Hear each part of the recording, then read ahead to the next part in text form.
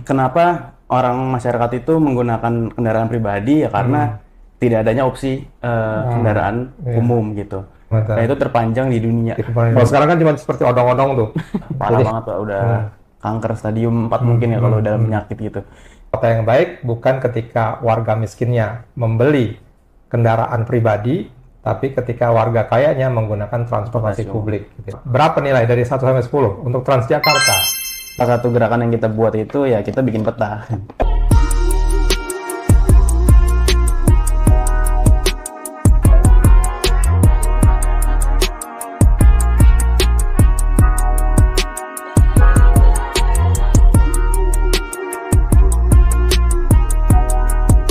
Assalamualaikum warahmatullahi wabarakatuh. Kembali lagi bersama saya Muhammad Taufik Zulkifli atau MTZ dalam acara advokasi dalam bentuk podcast. Kita sebut Ad Podcasti. Ya, hari ini saya bersama seorang anak muda yang giat dalam kegiatan-kegiatan yang bertema transportasi.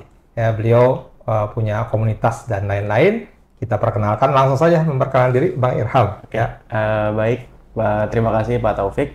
Perkenalkan, saya Irham. Saya dari Forum Diskusi Transportasi Jakarta, atau bisa disebut FDTJ. FDTJ ini adalah komunitas transportasi yang biasanya mengadvokasi kebutuhan-kebutuhan mengenai transportasi yang ada di Jakarta.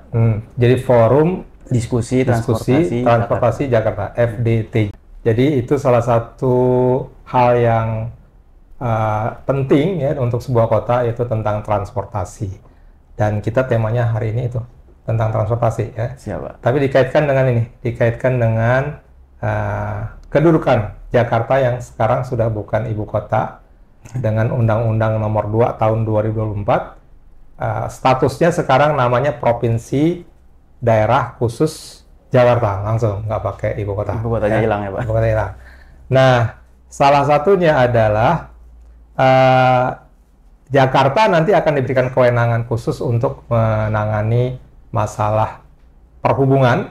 Ya, ada 15 sebenarnya. Ini kita lihat di sini ya, di undang-undangnya tentang pekerjaan umum, perumahan, peranan modal, dan perhubungan. Artinya nanti perhubungan itu bisa sepenuhnya ditangani oleh Jakarta sendiri.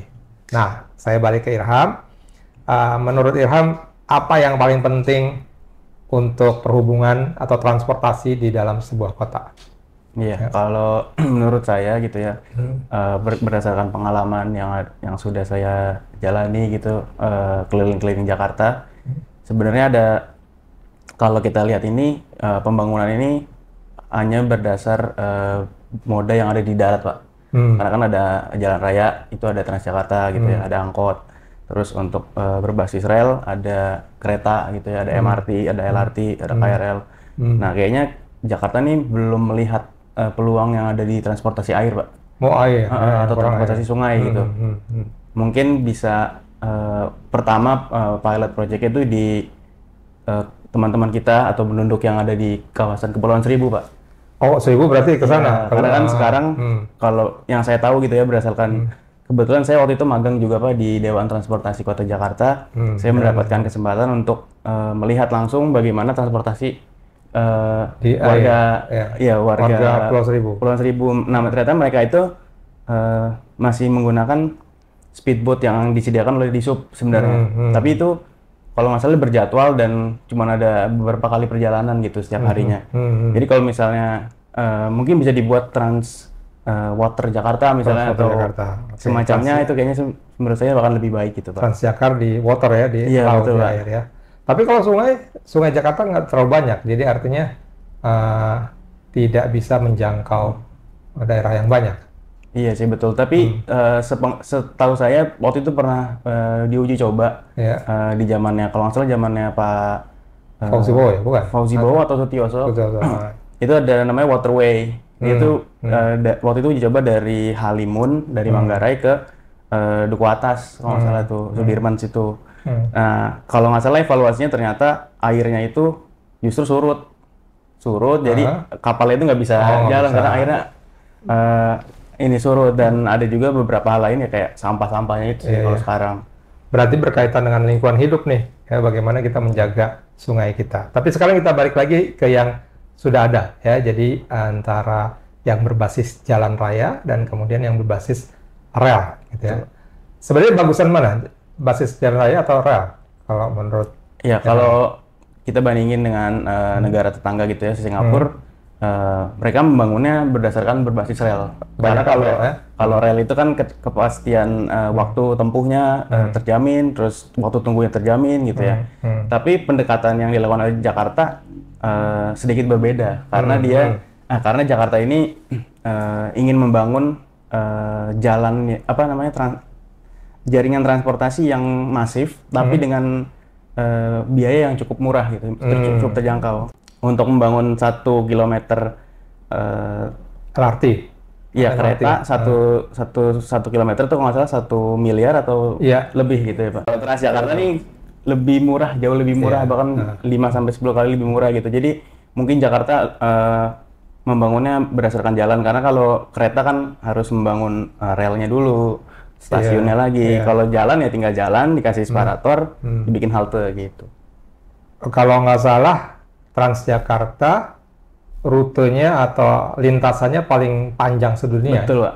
Saat ini Transjakarta yang berdiri dari tahun 2004 sudah memiliki kurang lebih 300 km. Nah itu terpanjang di dunia. Terpanjang di dunia ya, jadi kemana-mana.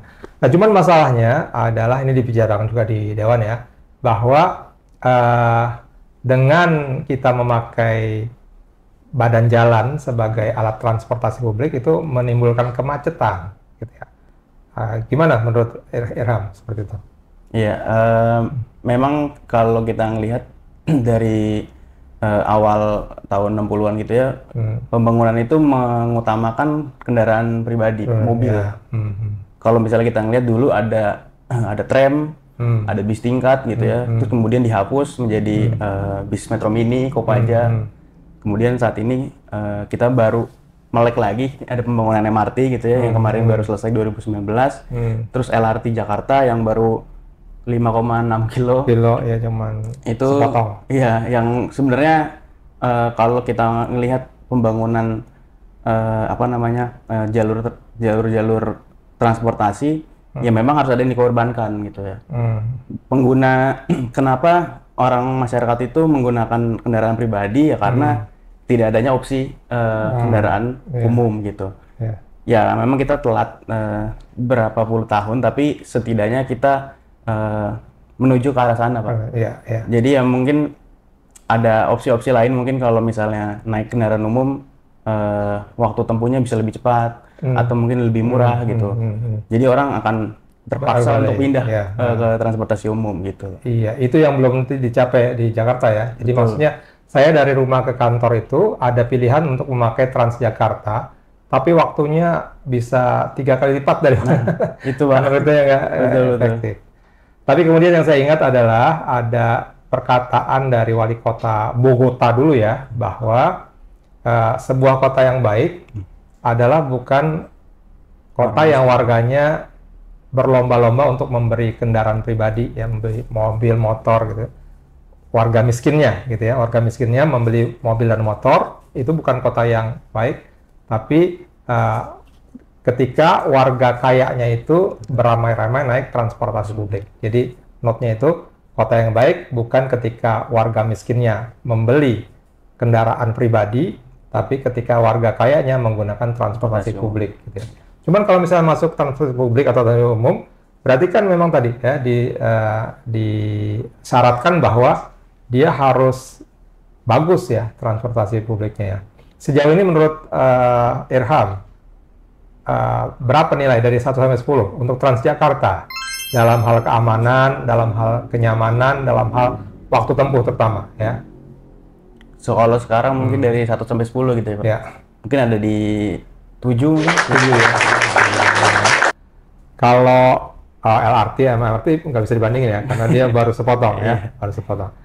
Nah, jadi ya insya Allah sebenarnya di Jakarta memang kita sudah juga bicara tentang hal tersebut, bagaimana memperbaiki Jakarta, terutama kemarin pada zaman Pak Anies Baswedan ya, kita banyak mendorong masyarakat supaya naik kendaraan umum atau bahkan jalan kaki, trotoar diperbesar dan kemudian juga naik sepeda. Ya, jadi mudah-mudahan nanti bisa dilanjutkan lagi ya pembangunan Jakarta yang mengarah kepada kemudahan bertransportasi ini, karena nanti di tahun depan memang perhubungan tuh sudah bisa diotak-atik dalam tanda kutip ya oleh pemerintah daerah sendiri.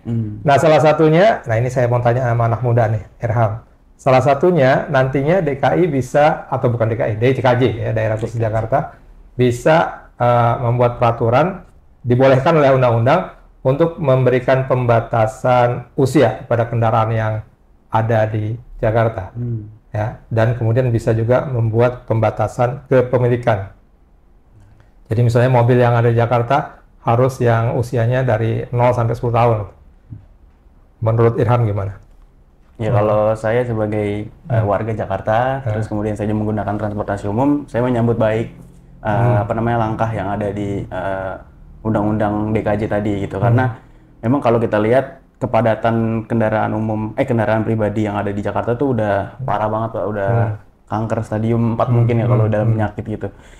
Sebenarnya dengan adanya pembatasan usia mungkin maksimal 10 tahun, ya akhirnya masyarakat berpikir ya kalau gitu kita jangan punya mobil banyak gitu. Jadi kita menggunakan transportasi umum jangan aja. punya mobil tua gitu. Iya, mobil tua. Tapi biasanya akan ada pro dan kontra. Nah, ini pada kontra tuh. Iya, biasanya ada pro kontranya itu biasanya yang suka mau koleksi tuh, Pak. Kan itu kan kita nggak kita pakai, kita cuma taruh di garasi misalnya gitu. Nggak, sebagian besar sih bukan koleksi ya. Artinya orang yang tingkat ekonominya tuh nggak terlalu ini kan, dia beli mobil ya mobil bekas gitu ya. Nah, sekarang gimana? Orang nggak boleh pakai mobil bekas di Jakarta jadi. Nah itu makanya salah satu tugas dari pemerintah daerah khusus Jakarta tadi yang menyediakan transportasi umum yang bagus, layak, yang bagus, yang terjangkau dengan semuanya gitu. Kalau misalnya kita lihat kan kalau nggak salah saat ini tuh cakupan wilayah sekitar 80% sampai 90%. Nah kalau bisa sampai 100% terjangkau. Dan ya itu tadi kayak misalnya saya dari rumah ke kantor, jalur Transjakarta ini harus steril Pak, karena kalau misalnya kita lihat kadang-kadang tuh suka diskresikan oleh misalnya oleh Dishub atau oleh polisi, itu biasanya suka kalau misalnya macet suka disuruh masuk aja gitu, masuk ke jalur Transjakarta. Jadi Transjakartanya ya macet-macet juga kan, orang jadi ngelihatnya ya kalau gitu sama aja kata gitu. Oke ya, jadi memang ada permasalahan yang cukup banyak dalam hal transportasi Jakarta. Cuman kemudian selain tadi ada kewenangan untuk pemerintah DKJ, Daerah Khusus Jakarta, untuk mengurus transportasi, juga nanti ada daerah kawasan aglomerasi namanya. Jadi bisa dikoordinasi antara Jakarta dengan Tangerang, dengan kota-kota sekitarnya, dengan daerah sekitar Tangerang, Bekasi, Bogor, Depok, bahkan sampai Cianjur. Artinya nanti kalau Irham naik Transjakarta, tuh Transjakartanya bisa sampai ke Cianjur bahkan gitu ya. Artinya dia secara administratif nanti juga ikut didanai dan lain-lain ya. Nah, soal seperti itu yang awal nih. Kemudian session kedua ini kita biasa ya akan tanya-tanya, akan kasih kuis kepada anak muda yang konon kabarnya ahli dalam bidang transportasi gitu. FDTJ, Forum Diskusi Transportasi Jakarta. Saya udah pernah jalan-jalan sama Irham naik bus Transjakarta ya, sampai ketiduran gitu ya karena nikmatnya, nyamannya ya. Pertama, apa sih kepanjangan dari LRT dan MRT? Oke, LRT itu kalau dalam bahasa Inggris itu artinya Light Rail Transit. Light Rail Transit. Oke. Nah, kalau dalam bahasa Indonesianya ada juga Pak, dia lintas raya terpadu. Lintas raya terpadu. Kalau MRT, ya itu asal bahasa dari bahasa Inggris juga, Mass Rapid Transit. Mass Rapid Transit. Kalau bahasa Indonesianya dia moda raya terpadu. Bedanya apa? Kenapa yang ini disebut LRT, yang ini disebut MRT? Ya kalau secara definisi, light artinya kan ringan ya, artinya dia daya tampungnya tidak lebih banyak dari MRT. MRT kan massal gitu. Sebenarnya perbedaan signifikannya itu, daya tampungnya nggak terlalu besar. Makanya kalau saya lihat kan kalau LRT itu banyak yang di atas ya, karena dia ringan kali ya, jadi bisa di atas gitu. Nggak juga sih sebenarnya Pak. Nggak, ada yang di bawah juga. Karena kan MRT juga ada yang di atas, terus akhirnya dia ada juga yang di bawah tanah, menyesuaikan kontur tanah juga. Tapi emang ini ya. Keretanya ya. Saya angkutnya. Kalau MRT yang di Jakarta satu rangkaian itu ada 6 kereta atau 6 MRT. gerbong. MRT. Kalau LRT Jakarta satu rangkaian 2 atau 4 sih yang paling banyak. Kalau di Malaysia tuh di Kuala Lumpur mereka punya monorail. Monorail masuknya ke jenis apa itu? Kalau monorail masuknya ke jenis LRT. Biasanya dia satu rangkaian itu cuma 2 atau 4 atau 6 lah gitu. Paling banyak. Dan ringan juga berarti. Ringan. Kalau KRL? Nah, kalau KRL sebenarnya dia masuknya ke kereta metro atau urban gitu, Pak. Metro. Karena dia dari dari kota-kota ya. Dari Bogor, dari Tangerang, dari Bekasi, dari Depok. Kalau kereta cepat? Kereta cepat, kenapa, Pak? Bedanya apa? Oh ya, kalau beda ya dia cepat, Pak.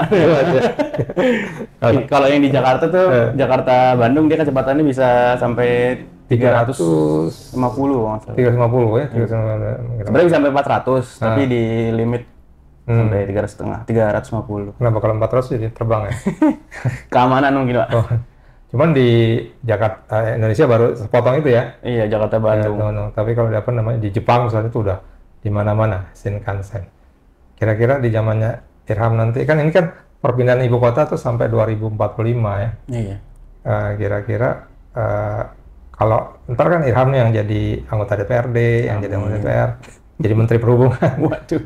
Kira-kira kalau sekarang kan diprotes terus nih, kereta cepat Jakarta-Bandung diprotes karena biaya besar. Kalau menurut Irham gimana? Kereta cepat ini nantinya akan dibanyakin atau gimana? Kalau menurut aku ya kereta cepat sebenarnya bagus gitu ya. Cuman memang kalau Jakarta-Bandung tuh tanggung gitu, Pak. Harusnya sampai ke timur Pulau Jawa tuh, misalnya Surabaya gitu. Cuman di satu sisi kan pemindahan ibu kota tadi ya, kalau Bapak tadi menyebut pemindahan ibu kota, sebenarnya kalau misalnya kereta cepat dibangun, artinya pertumbuhan di kota Jawa akan lebih tumbuh juga. Iya, kalau misalnya kita mau mindahin ibu kota, artinya kan katanya mau meratakan pembangunan ekonomi di Indonesia. Seharusnya prioritasnya pembangunan kereta yang ada di Kalimantan gitu, Pak. Oh, berarti Kalimantan. Tapi belum ada orang yang mau naik kereta, masih sedikit. Karena nggak ada, Pak, keretanya. Ada. Misalnya dari Pontianak ke Balikpapan misalnya itu kan kalau nggak salah tuh dia jalanannya juga masih yang kurang baik gitu ya. Iya. Kalau misalnya ada kereta ya orang mungkin akan naik kereta. Udah pernah ke IKN? Belum pernah, Pak. Ya. Nanti mau pindah ibu kota, mau ikutan pindah atau di sini aja? Nggak tahu. Mungkin di Jakarta aja. Di Jakarta aja. Oke, nanti belum tahu nih apakah ibu kota pindah atau tidak juga harus ditentukan, ditetapkan nanti oleh. Jadi undang-undang udah ada, undang-undang bahwa IKN itu adalah ibu kota dan kemudian Jakarta juga udah bukan ibu kota, tapi pindahnya itu belum ya, tunggu keputusan presiden. Presiden yang mana? Bisa presiden yang sekarang dan bisa juga presiden yang bisa Jokowi, bisa Prabowo ya. Oke ya, jadi kemudian pertanyaan berikutnya ya. Tadi kan udah tentang LRT, MRT, kereta cepat, dan kemudian Irham setuju ya kalau ada pembatasan usia kendaraan. Setuju, ya. Pak. Nah tadi kalau yang kedua kalau dia pembatasan kepemilikan itu gimana? Jadi satu orang hanya boleh satu mobil gitu. Ya sebenarnya kan sekarang juga bisa dibilang dibatasi juga ya sekarang. Tapi kalau sekarang bedanya dikenakan pajak progresif. Walaupun pada kenyataannya yang kita tahu bersama bahwa akhirnya orang kalau beli mobil biasanya nitip nama gitu ya, nitip nama ke anaknya, nitip nama ke ibunya, ke keluarganya yang lain gitu. Jadi nggak efektif ya? Iya. Kalau sekarang kayak kurang efektif. Mungkin pemerintah harus bikin satu peraturan yang ketat gitu, Pak. Supaya kendaraan pribadi nggak banyak gitu ya? Iya, betul. Ya, jadi kalau di Dinas Perhubungan tuh ada namanya pool strategi, ada yang namanya push strategi gitu ya. Jadi pool strategi itu adalah menarik sebanyak-banyaknya orang yang naik kendaraan pribadi supaya dia males gitu naik kendaraan pribadi. Termasuk tadi pembatasan kepemilikan, pembatasan usia, dan ganjil genap termasuk.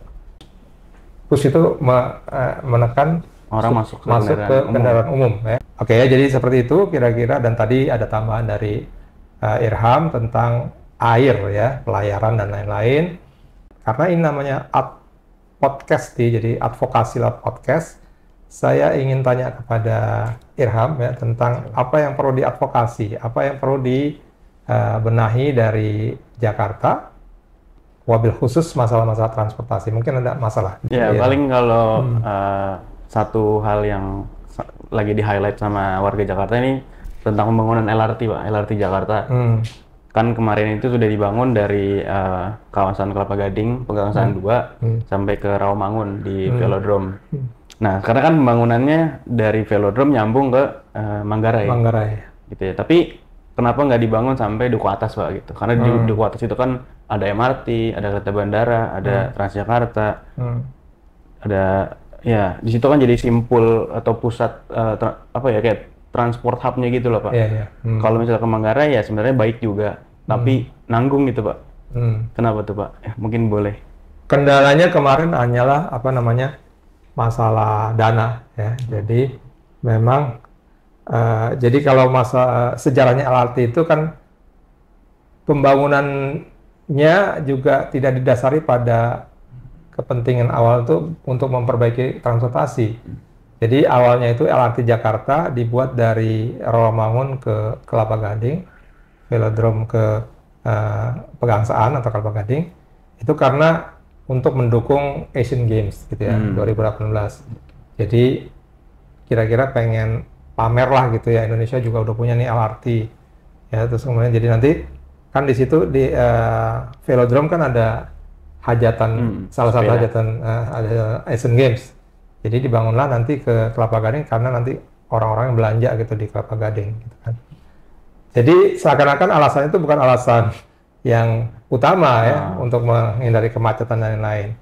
Nah akhirnya kemudian akhirnya juga terlambat ya. Artinya ketika Asian Games-nya udah mau selesai baru bisa dipakai, akhirnya nggak jadi. Nah tapi ya oke, ini sudah jadi sehingga kemudian berikutnya kita memperbaiki ya. Jadi bagaimana caranya supaya dia lebih efektif. Kalau sekarang kan cuma seperti odong-odong tuh. Jadi Kelapa Gading ke ini bolak-balik aja, tapi orang kan males terlalu dekat ya. Jadi akhirnya kemarin direncanakan untuk menambah jalur supaya penumpangnya lebih banyak gitu. Pada zaman Anies Baswedan sebenarnya mau di jalurnya yang pertama dari Kelapa Gading ke JIS Jakarta International Stadium. Ya, tapi kemudian ketika Pak Anies selesai, kemudian Pak PJ Gubernur Heru Budi Hartono dengan DPRD juga ya. Jadi dari Velodrome ke Manggarai. Ya. Nah sebenarnya kita minta supaya ke Duku Atas supaya nyambung ke yang lain-lain kan. Betul, Pak. Cuman kemudian memang dananya belum ada, belum memungkinkan sehingga baru sampai Manggarai. Tapi nanti coba kita lihat ya. Misalnya kita sambung sampai ke Duku Atas, cuman ya gitu ya, masalah mana yang dipentingkan lebih dahulu, dana itu untuk pendidikan kah, untuk sosial, untuk transportasi dan lain-lain, kita harus ngatur. Ya mungkin nanti di kepengurusan yang berikutnya dari Pemda DKI Jakarta dan dari DPRD-nya, dari pusatnya juga. Ya, nah ini saya harapkan sih anak-anak muda udah langsung berkontribusi masuk menjadi anggota dewan dan lain-lain. Keputusan itu ya. Nah insya Allah itu ada lagi yang mau diadvokasi tentang apa lagi? Apalagi? Aku mau nanya satu hal. Kan tadi udah ada UU DKJ, Pak. Kalau nggak salah tuh ada salah satu poin yang menyebutkan bisa mensubsidi transportasi, biaya transportasi ke kota-kota penyangga gitu. Nah itu nanti teknis atau nya seperti apa gitu, Pak? Karena kan kalau misalnya kita ngeliat sekarang, Transjakarta udah ada juga nih, misalnya ke Tangerang, ke Depok, ke Bekasi gitu. Yang belum ada kan ke Bogor sebenarnya. Nah, tapi kalau sekarang keluhan pengguna rute kota-kota penyangga itu dia bisnya sekarang jadi low deck ya, yang di bawah. Jadi dia kalau misalnya nyampe ke tengah kota Jakarta, dia harus naik halte lagi, terus nunggu lagi gitu. Itu kan sebenarnya tidak bagus gitu. Cuman bagaimana Pak tadi subsidinya?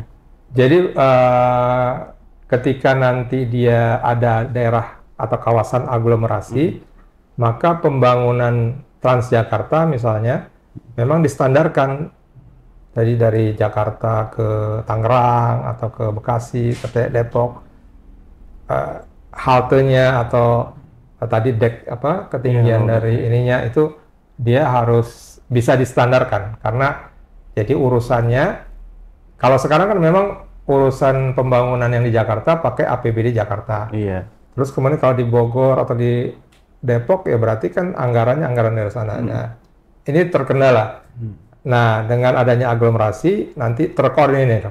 Ya, jadi diharapkan kendala tersebut bisa dipecahkan, dan yang memimpinnya itu adalah jabatan yang di atas gubernur. Jadi kan ini masalahnya melibatkan 3 gubernur, gubernur DKI Jakarta, DKJ, ya, kemudian gubernur Banten dan gubernur Jawa Barat. Nah, ini jabatannya sama nih, setara. Jadi harus ada orang yang punya jabatan di atas yang bisa ngatur ketiga orang ini. Nah, kalau sekarang kan ngotot-ngototan tuh. Kalau misalnya langsung begitu kan, suruh berkoordinasi gitu ya, gubernur DKJ dengan gubernur Jawa Barat misalnya. Oh, maunya yang di Bekasi begini. Iya. Lebih bagus Bekasi gitu. Ini enggak ya. Di Jakarta maunya yang Jakarta, di Cakung segala macam. Nah, itu ketika ada yang di atasannya, maka dia bisa lebih terkoordinasi dan tidak harus ngotot-ngototan satu sama lain, ya. Ya kira-kira gitu ya. Ya mudah-mudahan nanti transportasi kita makin bagus. Amin. Dan kemudian ya anak cucu kita bisa menikmati seperti di Jepang atau seperti paling enggak di mana ya?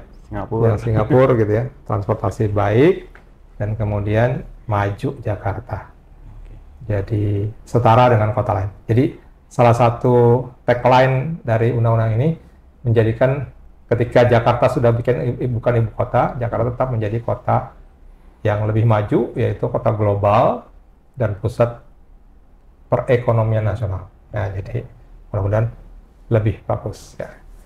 Ada lagi? Mungkin aku mau ini Pak. Ya, dia.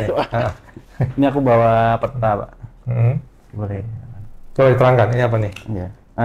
Ya tadi kan aku sempat bilang bahwa FDTJ itu adalah salah satu komunitas yang mengadvokasi informasi transportasi. Salah satu gerakan yang kita buat itu ya kita bikin peta. Bikin peta mengenai transportasi di Jakarta, gitu, transportasi umum khususnya. Ya kalau kita lihat sebenarnya udah lumayan banyak ya Pak jaringannya.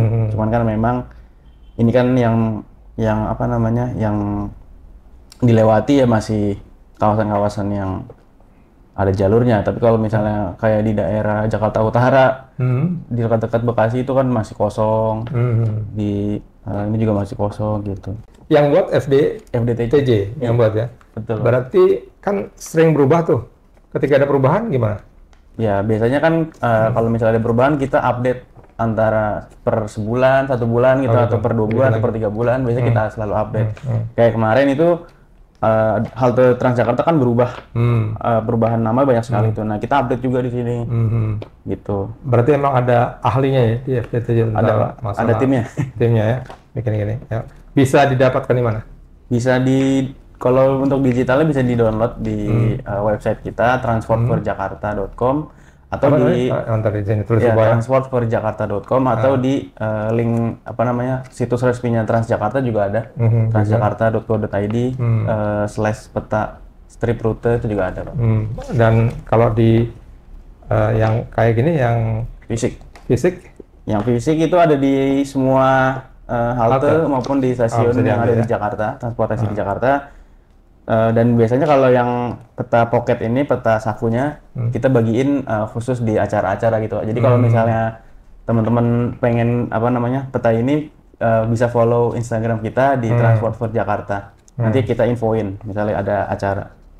Ini membanggakan ya. Jadi karya dari anak muda nih. Nggak mudah loh bikin peta seperti ini. Perlu kalian dan FDTJ, Forum Diskusi Transportasi Jakarta, bikin dan selalu update ya. Update untuk jalur bukan hanya Transjakarta ya? Iya, ada kereta juga, ada MRT, LRT, komuter lain, kereta bandara juga kan ada. Oke. Ya, luar biasa. Semangat, saya senang ya, anak muda banyak kontribusi dan kreatif untuk membangun kota Jakarta. Ya, mungkin sekian saja. Ya, terima kasih Irham telah membersamai dalam podcast kali ini ya kepada pemirsa semua. Alhamdulillah hari ini kita mendapatkan pencerahan tentang transportasi di Jakarta dari seorang anak muda lagi. Nanti kita cari lagi masalah lain yang bisa kita angkat di Podcasti, advokasi dalam bentuk podcast. Terima kasih. Assalamualaikum warahmatullahi wabarakatuh.